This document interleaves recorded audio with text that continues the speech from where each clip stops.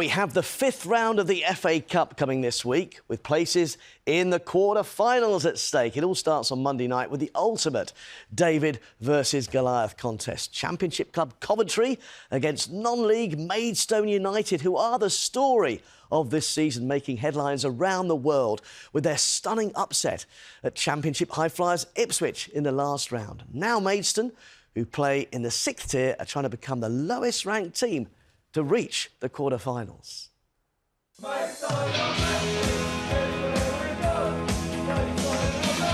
This is a town that is seizing its moment in history. Sam Corn is in on goal here! Incredible! Just incredible! Come on, you From the pubs to the restaurants and the Stones burger, it's all black and amber here.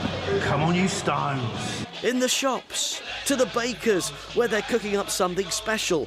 They all want a slice of the cake as they come together to be part of one of the great FA Cup fairy tales.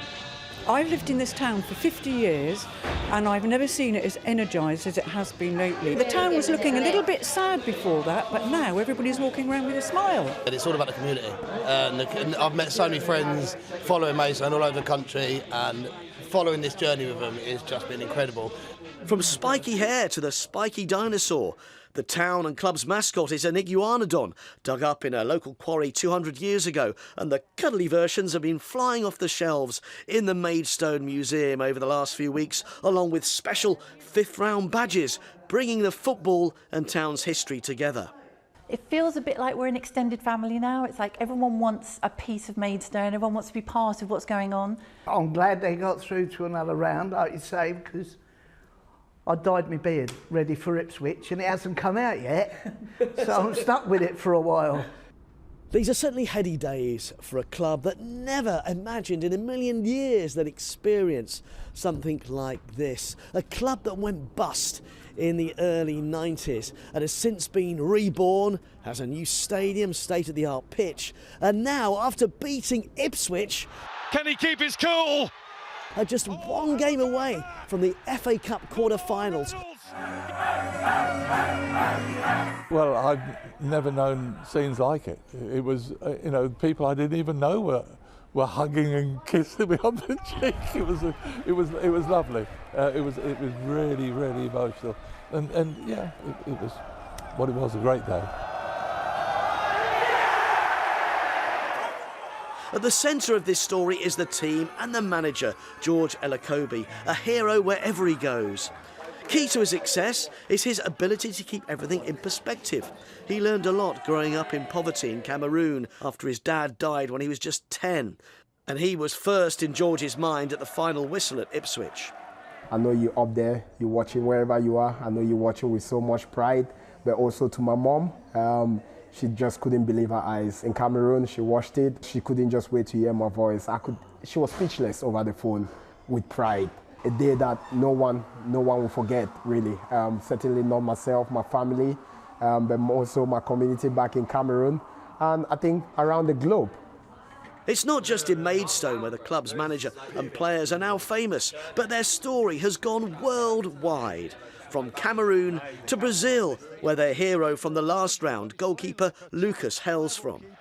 He is having the time of his life. Obviously, Brazil is so big, and the culture about the football and the history that we made on the FA Cup. And then for me, being a Brazilian, it just like went viral because everyone was just like, how come like a club from the sixth year just has beaten on the second division team? And that was just like mind blowing. It's just huge, like everywhere, like Cameroon, Brazil. So it's just madness. Like for us, little old Maidstone, to be now where we are, it's just, you know, it's just incredible. And like I said earlier, my dad's from Kenya, so the Kenyan family are all rooting for us. They're trying to get me an international call-up, which is hilarious. On the other side of the world, in Vietnam, the Maidstone Supporters Association there now boasts hundreds of new members. The founders never even been to the UK.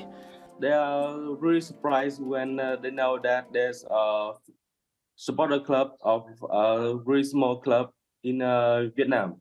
Why didn't I support Chelsea Arsenal or Liverpool. But I think Maidstone is much more interesting. I think the logo and football kits are really fantastic. Since the Ipswich match, the club was well known in Vietnam. It is closer to home, though, where the success of this FA Cup exposure has had the biggest impact. Volunteer Lorraine runs the club's disability team. Since the cup run, it's actually increased our capacity. We've got 30 new players coming to the disability section, so it's had a major positive impact on the community.